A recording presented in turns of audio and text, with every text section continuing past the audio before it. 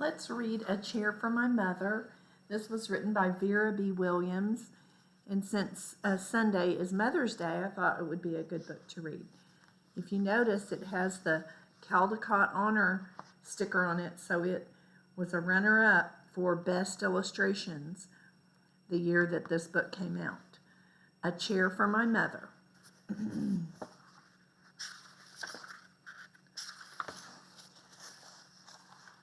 My mother works as a waitress in the Blue Tile Diner. After school, sometimes I go to meet her there. Then her boss, Josephine, gives me a job too. I wash the salt and peppers and fill the ketchups. One time I peeled all the onions for the onion soup. When I finish, Josephine says, "Good work, honey," and pays me.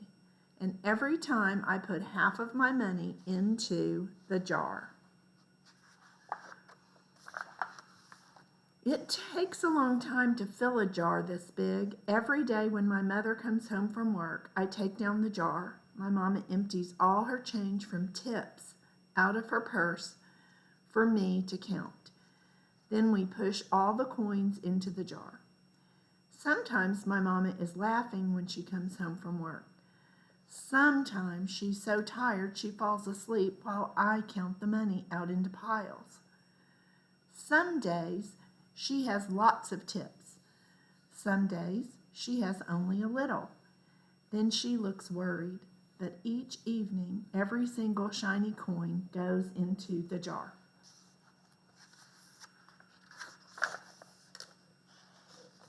We sit in the kitchen to count the tips. Usually Grandma sits with us too. While we count, she likes to hum. Often she has money in her old leather wallet for us. Whenever she gets a good bargain on tomatoes or bananas or something she buys, she puts by the savings and they go into the jar.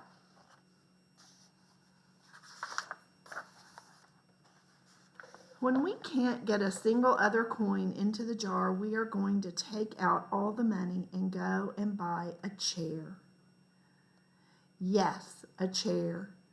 A wonderful, beautiful, fat, soft armchair. We will get one covered in velvet with roses all over it. We are going to get the best chair in the whole world. That is because our old chairs burned up. There was a big fire in our other house. All our chairs burned. So did our sofa, and so did everything else. That wasn't such a long time ago. My mother and I were coming home from buying new shoes. I had new sandals. She had new pumps. We were walking to our house from the bus. We were looking at everyone's tulips. She was saying she liked red tulips, and I was saying I liked yellow ones. Then we came to our block.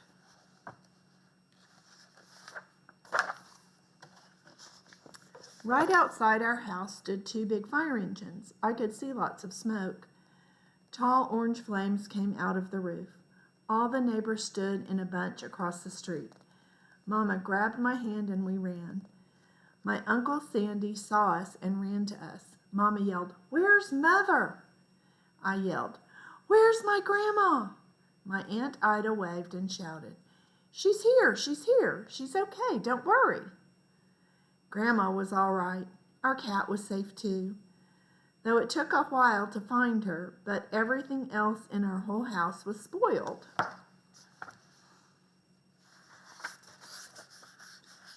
What was left of the house was turned to charcoal and ashes. We went to stay with my mother's sister, Aunt Ida, and Uncle Sandy. Then we were able to move into the apartment downstairs. We painted the walls yellow. The floors were all shiny, but the rooms were very empty. The first day we moved in, the neighbors brought pizza and cake and ice cream, and they brought a lot of other things too. The family across the street brought a table and 3 kitchen chairs. The very old man next door gave us a bed from his children from when his children were little. My other grandpa brought us his beautiful rug. My mother's other sister, Sally, had made us red and white curtains.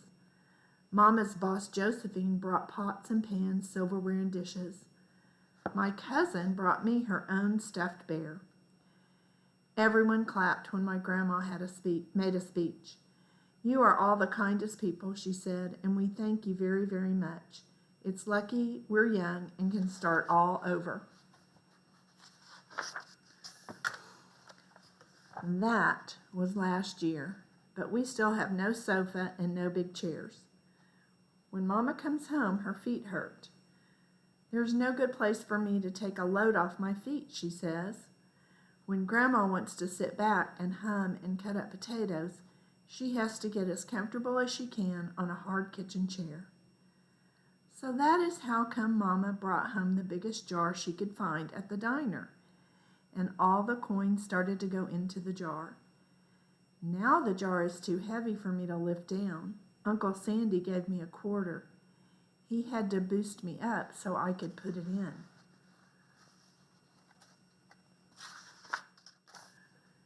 After supper, Mama and Grandma and I stood in front of the jar. "Well, I never would have believed it, but I guess it's full," Mama said.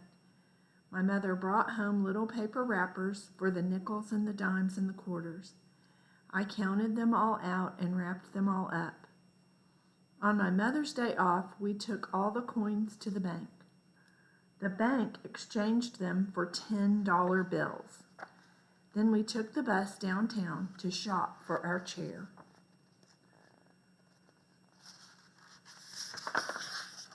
We shopped through 4 furniture stores. We tried out big chairs and smaller ones, high chairs and low chairs, soft chairs and harder ones.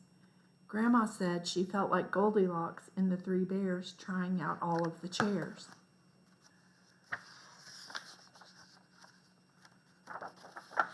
I tried out our chair in the back of the truck.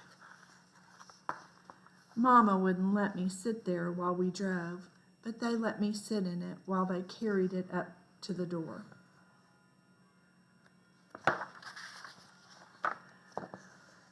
We set the chair right beside the window with the red and white curtains. Grandma and Mama and I all sat in it while Aunt Ida took our picture.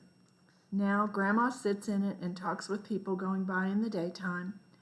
Mama sits down and watches the news on TV when she comes home from her job. After supper, I sit with her and she can reach up and turn out the light if I fall asleep in her lap.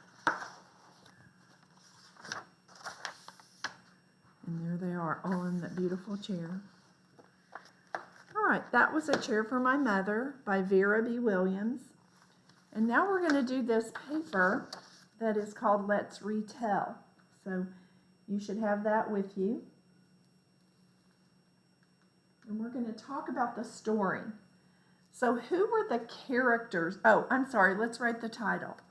A Chair for My Mother.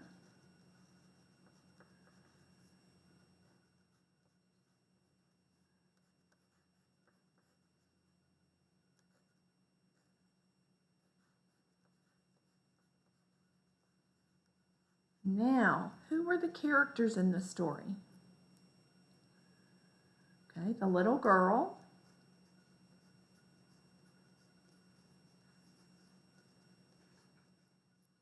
Mama, and Grandma. There were some other characters, but these were the main characters in the story. All right, what was the setting of the story? Where did the story take place? Most of it took place in their apartment, right? A little bit they were outside and a little bit in the diner, but for the most part it was their apartment. All right, so now we need to summarize the story. What happened in the beginning of the story? What happened in the middle of the story? And what happened at the end of the story? So when the story opened, what was the little girl talking about? She was talking about saving their money to buy a new chair, right? let's see, saving our coins to buy a new chair. And then in the middle of the story, what was she telling you about? That's where she was thinking back, and she was telling you that a year ago,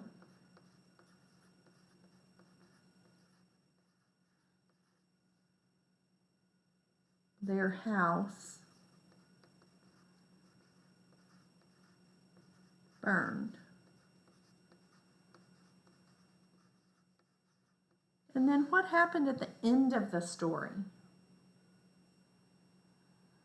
Yes, the jar was full.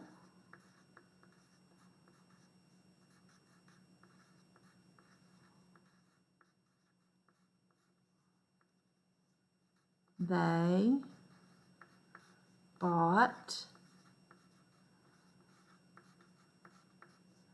a new chair. So this is, let's retell the story. So we are making sure that we understood what happened in the story and thinking about stories in beginning, middle, and end. What happens in the beginning, the middle, and the end. Down at the bottom it says, rate this book. Did you like the book? It says, was it great? Was it okay? Or not great? You get to fill that in, whichever choice you make. I love this book. I love the illustrations. I love that it has a happy ending. So I'm going to say it was great, and I hope you enjoyed reading A Chair for My Mother. There it is. All right, thank you for listening. Bye-bye.